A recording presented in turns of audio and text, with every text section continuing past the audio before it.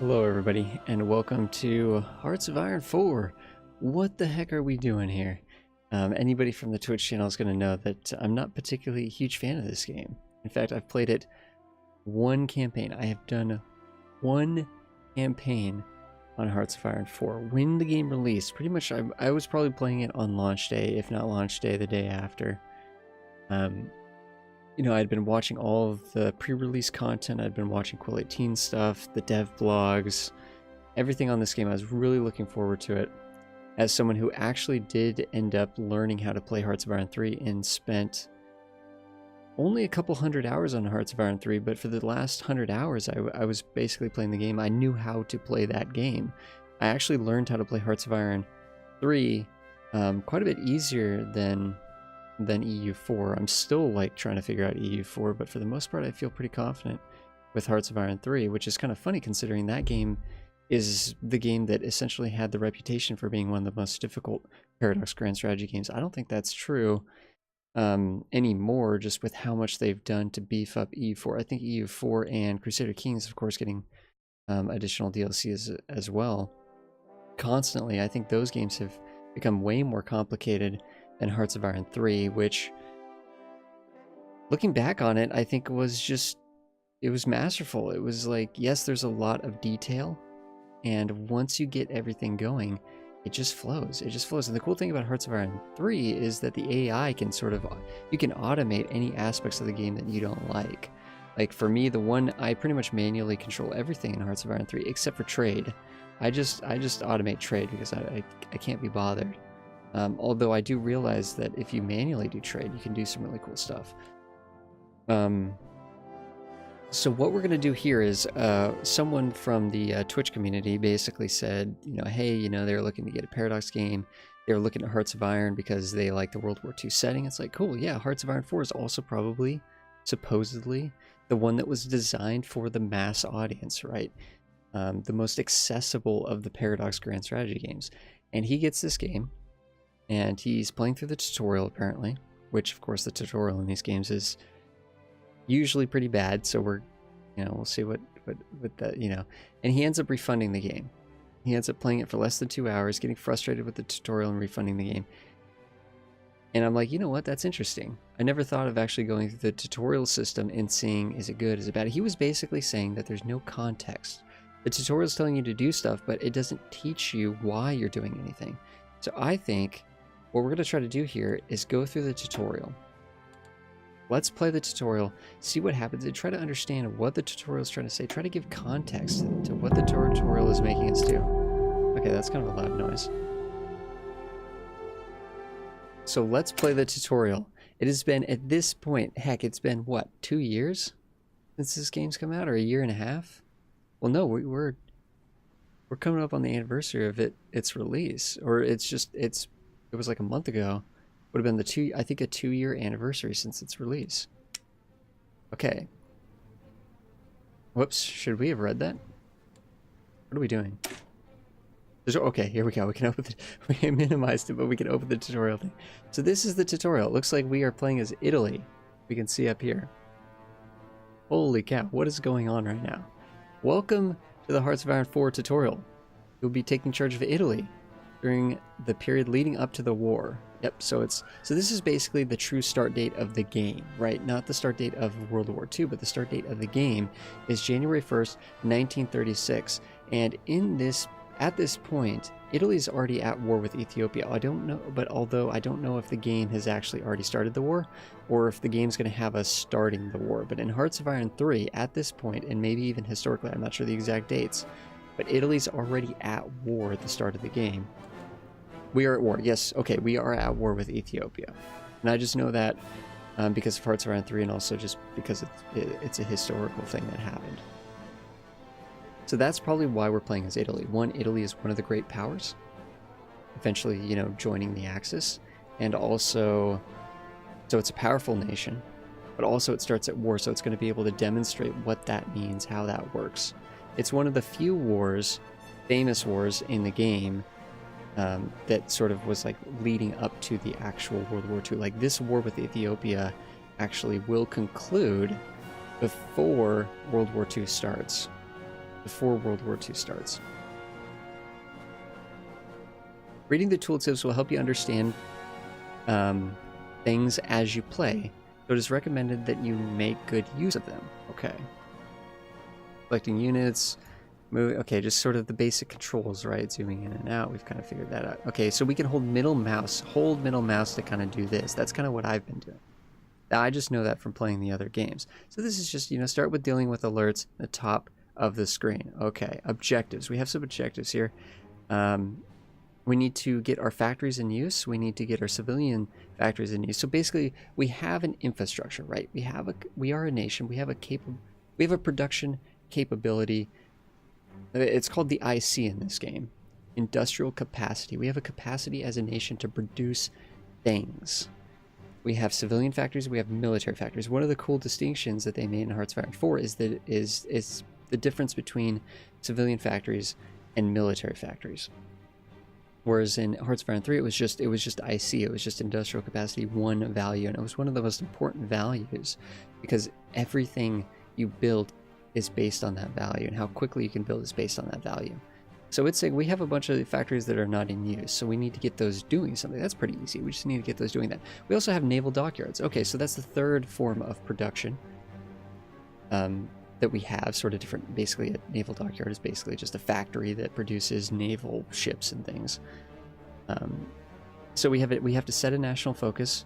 A division is queued for development. So we need to develop. We need to start like producing units, and which works a little bit differently than actually the factories. The factories, there's an interesting distinction between queuing up men to fight in the war and building the guns that they need to fight in the war. So there's sort of two pieces. The production system in this game is one of the most amazing aspects of Hearts of Iron 4. It's unfortunate that pretty much everything else in the game, in my opinion, just from what I've talked about on the Twitch channel and stuff, why I tell people I don't really play this game, is everything else I think has been overly simplified, but the production system in this game is really, really cool. And that's going to be what we probably need to learn the most to get going in this game, because it's the thing that's more in depth.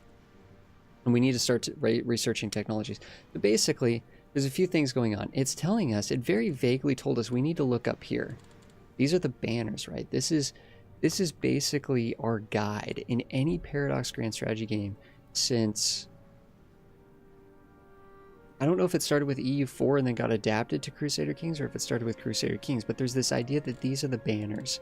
These are the things that, these are the warnings, the things that we need to look at no matter what Paradox game you're playing. Recent Paradox game you're playing, this is our guide. This is things that need our attention now. So we have the game paused, right? Spacebar is going to unpause the game, and it hasn't even told us to do that or anything like that. So we're just going to leave the game paused and just go through all this stuff, and we should be able to set all of our factories to be doing things before we unpause the game. So research slots are available. Cool. So let's just hit this little tab here. Hint. So there's a hint for research. This research screen, you have a number of research slots that can research technology. So we could just click these empty slots and start researching technology. Countries have different amounts of research slots. The major powers usually have more. Of course, Italy is a major power in this time period and in World War II. We can unlock additional research slots. So basically, okay, we can close this. We can close that. We have 4 research slots, so we can be researching 4 things at a time. But it's saying that, potentially depending on who we are and if we unlock things through the national, blah, blah, blah, blah, blah. It doesn't matter. We have 4 right now. We might get more later. That's all that matters. So, it's funny because we're looking at this. This is telling us, okay, research tree. Yeah, we can see that this is a research tree. We could see that there's a time frame here, right? We're in 1936. Okay, so anything we research now would be sort of like modern technology, like technology that makes sense. Anything we research ahead of time, there's going to be a penalty for this. This technology is 2 years ahead of time. The more ahead of time it is, the bigger the time penalty. So we cannot be willy-nilly researching things way 4 years ahead of time. There's going to be a massive penalty for this. And saying it's going to take 1,000 days to research. It would take us 3 years to research this bit of technology. Whereas this one that's only 2 years ahead of time, we can research in half a year. that makes sense because the game isn't going to allow us to just bum rush to helicopter technology, even though helicopter technology didn't come into effect until maybe 1948 or 1950. It wasn't even part of World War II. So while there is something in the game for helicopter technology, it's going to be way, I don't even know if in Hearts of Iron 3 it was in the game. But it was like, again, it was considered a future technology, like very advanced, and you wouldn't actually utilize it in 99 out of 100 plays. You know, like for example, okay, nuclear technology, if we can go find that somewhere. Atomic research, right? We can't just race for this and just start getting all these as fast as we can. We can't even start this because it's literally 4 years ahead of time. I mean, this is going to take us 1,500 days to get this. There's no point. It's going to take us 4 years just to research this thing, so there's no reason to research it now ahead of time. So this is preventing us from getting atomic bombs in 1938, right? So it's going to maintain the historical sense, but we will be able to research things a little bit faster than they would have been in real life. In fact, we could do things that Italy never did. We could research things that Italy never did. We could do what we want, but there is going to be a historical foundation to make sure something crazy doesn't happen. There is some boundaries within the game. It's not a hard and fast rule. We could research this right now, but it just would be incredibly inefficient, not worth our time to do it right now. Yeah, basically it's just, and what I just said is basically being summarized there. So we can look here and see, okay, you know what, infantry is always incredibly important. No matter who you're playing, especially as Italy, just if I remember correctly, infantry is very, very important. If we research this, it'll be 3 years ahead of time. So what can we do? All of this, though, appears to be research that we can do. So green looks to be stuff that we've researched. This is stuff that we can research. So here we got the recon company. We got the military police. We got maintenance company. These are little support units that we can attach to. Looks like we already have engineer companies. So these are support equipment. These are support companies that we can attach to our divisions in order to give them different abilities against, you know, tanks, or actually I'm not even seeing like an anti-tank thing or anything like that. Basically, you know, engineers are going to allow us to, you know, build bridges and get across rivers more efficiently. Maintenance companies are going to help us, you know, just thematically. I don't even know what these do. I haven't played this game in 2 years and I only played it one time. I probably never even did anything with a maintenance company, but we can imagine this is going to help maintain our motorized vehicles, our mechanized vehicles. We have field hospitals. This is going to help us in, you know, healing our troops after battle and stuff like that and getting ready to fight again faster. Logistics companies maybe have to do with speed and moving supplies around. Maybe these guys, you know, take less supplies, or supplies move quicker to these areas or something like that. Signal company, I have no idea. I have no idea. But thematically, we can go through and just kind of see. So those support companies, we already have engineer support companies. I don't know if we need any of this stuff, honestly. Not for our main stuff. We can actually be researching Marines right now. It'll only take us 200 days because this is a 1936 tech. That's weird too, because at Hearts of Iron 3, I think this was actually pushed forward quite a bit more. We already have the mountain infantry. Of course, that's incredibly important for Italy, and that's because we're Italy. That's because we're Italy. Of course, we have the Alps here that we need to have mountain infantry here. We have more mountains here, which I guess those would also be the Alps. Of course, Ethiopia is very rugged terrain, mountain terrain in Ethiopia, so having mountain divisions is going to be really, really strong for us. So we already have the mountain special forces. We could go for Marines if we want Marines. And we are, of course, one of the main Mediterranean power here. We know that France will fall when Germany, just historically, right? Germany is going to take over France, and then we'll have potentially Vichy France. Well, it depends, or they could full annex France. We could actually, non-historically, we could actually come in and take a bunch of France. I think we get some of France, right, historically, but we could come in and take a bunch of France. The thing is, with our Mediterranean area here, we could actually go Marines. You know, we could be doing amphibious assaults on the United Kingdom, or on Northern Africa, or on Greece and Turkey, and heck, we could even do things on the Russian front. We could do whatever we want. So we could go for Marines. Whatever, this is just a tutorial, right? This is just a tutorial. Light tanks are pretty good too. This is 1936. Light tanks, boom, let's go. Let's go.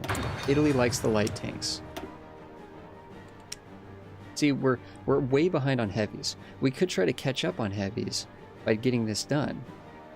Or we could just sort of progress on the light tank path. Typically, I think we're going to go light tanks. That makes sense for me as Italy. Artillery is incredibly important.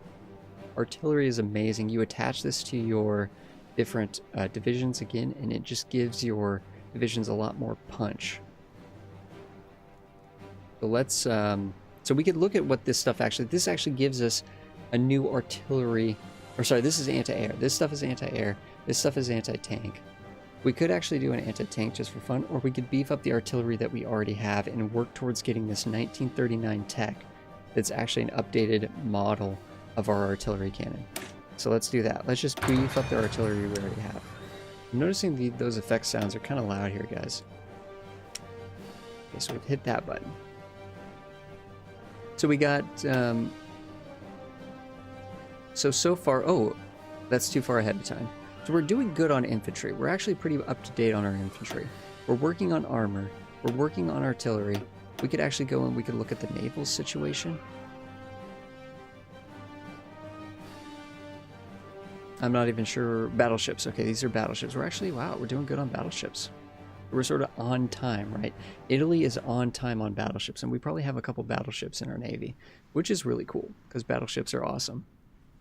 We could work on cruisers or destroyers. Typically, I like to match destroyers with battleships, so we could work on getting a better destroyer. These are doctrines. So these are mutually exclusive, huh?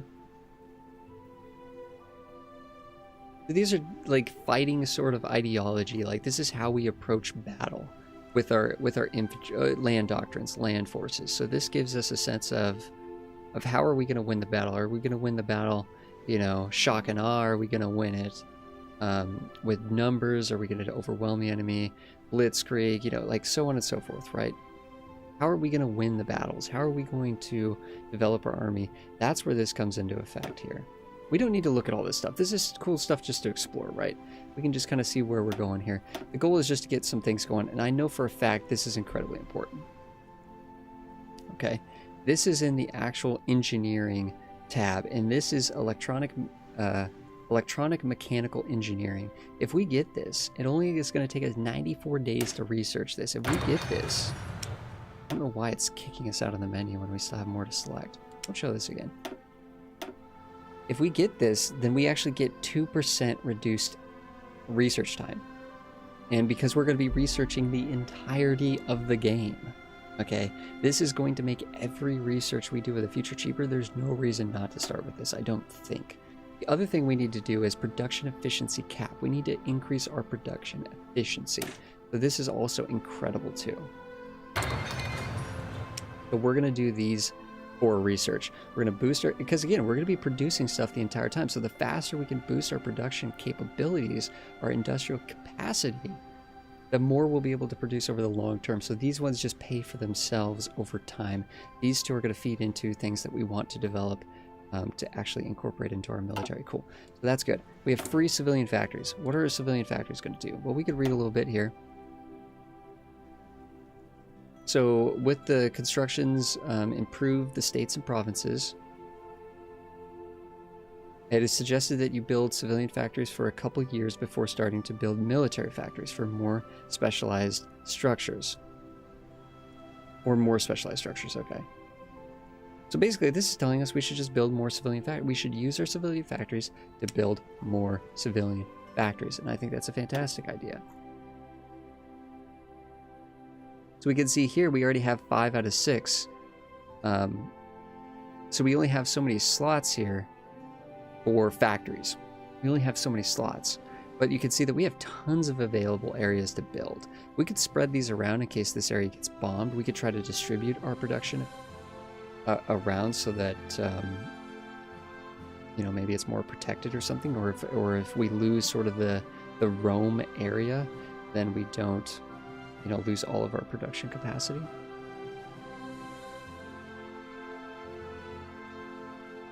So we have civilian factories here. We could build military factories, civilian factories, but again, civilian factories are what we use to build military factories. So by building more civilian factories, it's just like improving our research times, right? It's going to feed into itself. It's going to pay for itself.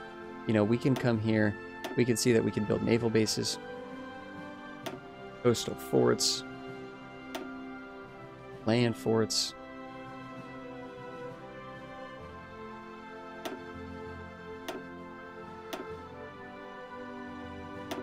Naval dockyards, which also, I guess, fit into this 5 out of 6 number. We don't need more naval dockyards. I'm not worried about it. And there's the special buildings here. We could actually boost our actual infrastructure, which is already pretty good here. And honestly, I'm not quite sure how important that is in Hearts of Iron 4. In Hearts of Iron 3, it makes this system, the infrastructure, makes so much more sense, because it's not so abstracted. But anyways, let's just get going. Let's just start working on... Oh, here's the cool thing. So we can only build 1. That's how kind of like how little we have right now. If we build 2, we've queued this up, but 0 out of our factories are working on this. So this basically means that all of our available civilian capacity, we have 11 capacity left over. It's all working on building. All the resources are being funneled. The civilian industry is being funneled to build this civilian factory in this state, not province, right? The provinces would be the smaller little bits. In Hearts of Iron 4, it devalues the idea of a singular province, and it looks at the entire state. Whereas in the other grand strategy games, it's more about the provinces themselves. So that's because we have 20 total, right?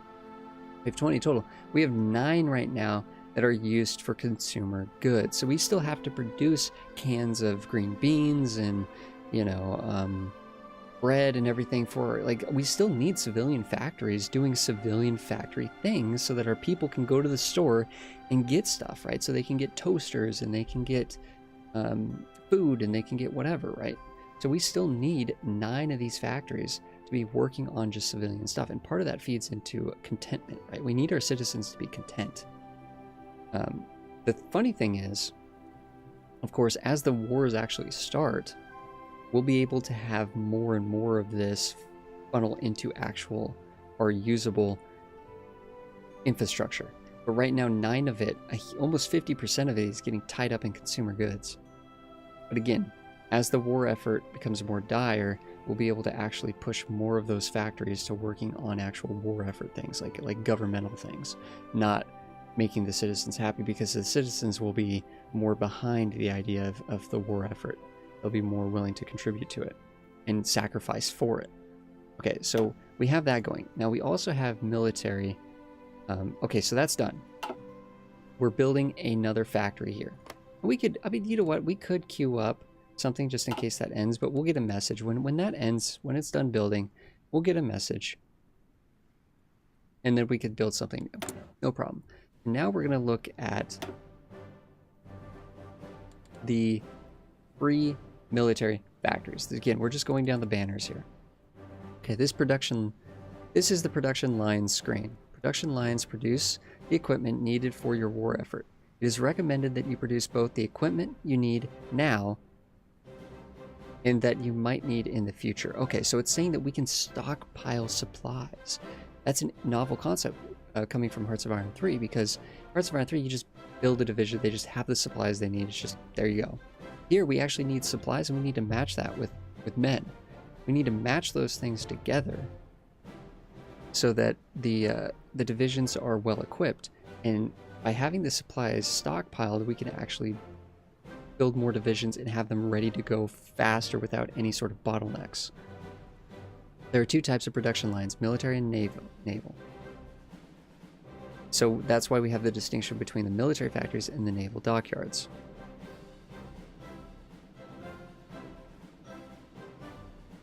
And then we can assign, so we could actually set up. Okay, so next page to see the recommendations. Okay, so let's see what they're recommending. Okay, they're saying we need infantry weapons. So we need to come over here, and I'm not even, again, it's been a while since I played this, and I definitely haven't seen any content on this in the last year and a half. So let's just click on this, because I think this is, you know, it's a little infantry symbol here. Let's click on this. Okay, so this is the weapon that we're using right now. We know this is actually up to date too, because we saw from our technology screen that this is actually 1936 technology, which is good. So I definitely feel good making some of this.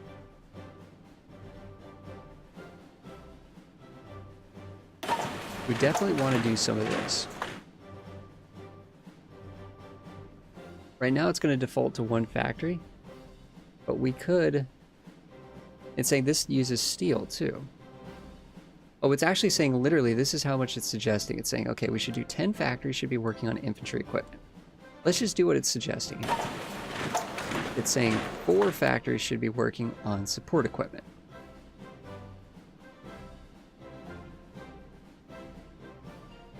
And it's saying we should be building some fighters.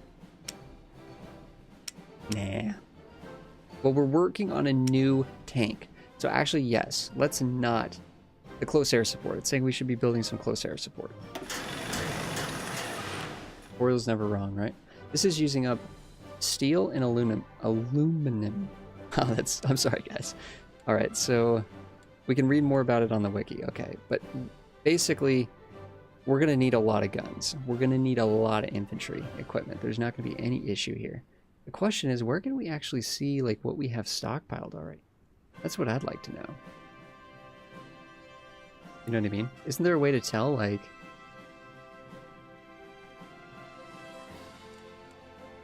I'm not sure. There should be a way to tell what we're missing.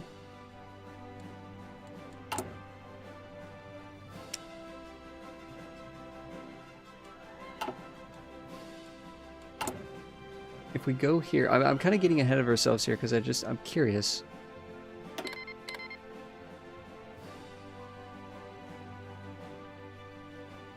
I'm looking for any sort of feedback here to see, like, okay. So we need 600, not enough manpower or equipment to train one of the division. Okay, 610 infantry equipment. That's a lot. And 30 support equipment. Where do we see what we actually have, though? Let's cancel that for now. Army.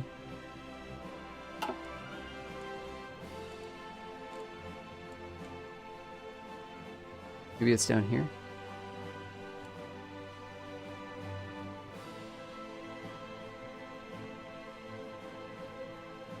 Okay, I'm just kind of glancing here. Where can we see what resources? Resource? No, that's resource map. These are map modes.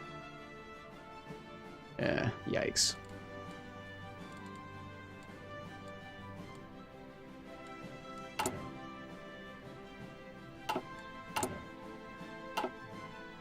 It's not up here. Trade, construction. We've looked at construction. We don't need to see that particular thing anymore. Where, I'm sorry, someone's probably just like super like freaking out right now. We have a, okay, so here we're at least, okay, we're seeing some feedback here. We actually need 2,700 infantry equipment, and we're producing 10 per day at this rate with 10 factories assigned. If we do up to 15, we'd be producing 15 per day.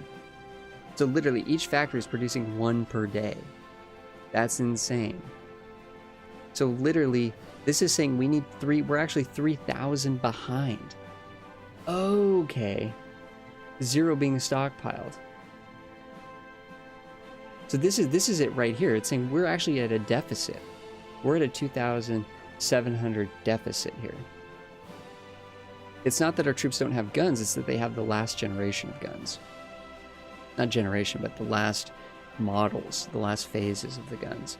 And we don't have any of these built up at all. Like, we don't have any support equipment at all. So, okay. So there we go. That's the feedback I was looking for. Fine, cool. The last thing is, it's saying now we need to go to the naval dockyards. And I don't even remember what it was suggesting. We are going to build destroyers. I think it actually was suggesting destroyers, but we are going to build destroyers. And here you can see that we can assign 15, even though we only have 11. And it's saying if we gain any additional factories, naval dockyards, it will automatically just assign them to here. We could actually do this to have a little bit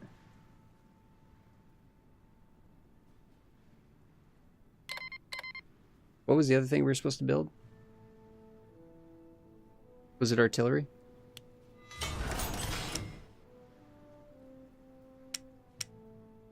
Artillery is good. Let's build some artillery.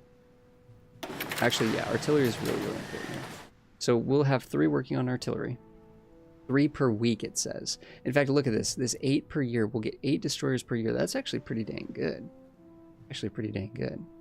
And we can move these around and, you know, different priorities, right? We can assign different priorities here. Cool. So that's done. So we have basically gotten through all the objectives, I believe, except for the last one. The national focus needs to be set. Let's take a quick break here, though, guys. This map does look amazing. Like, don't get me wrong. The map actually looks incredible. I really like the look of Hearts of Iron 4. Although I don't know if we need this huge thing at the top here. But, alright, thank you so much, everybody. I will see you guys in the next one, where we continue to work through this tutorial and see what's going on. See if I can relearn the game, if this helps you guys understand maybe some of the context behind what the tutorial is saying. And it is definitely going slow and steady, but I'm actually kind of having fun here poking around, to be honest. Alright, thank you so much, everybody. I will see you guys in the next one.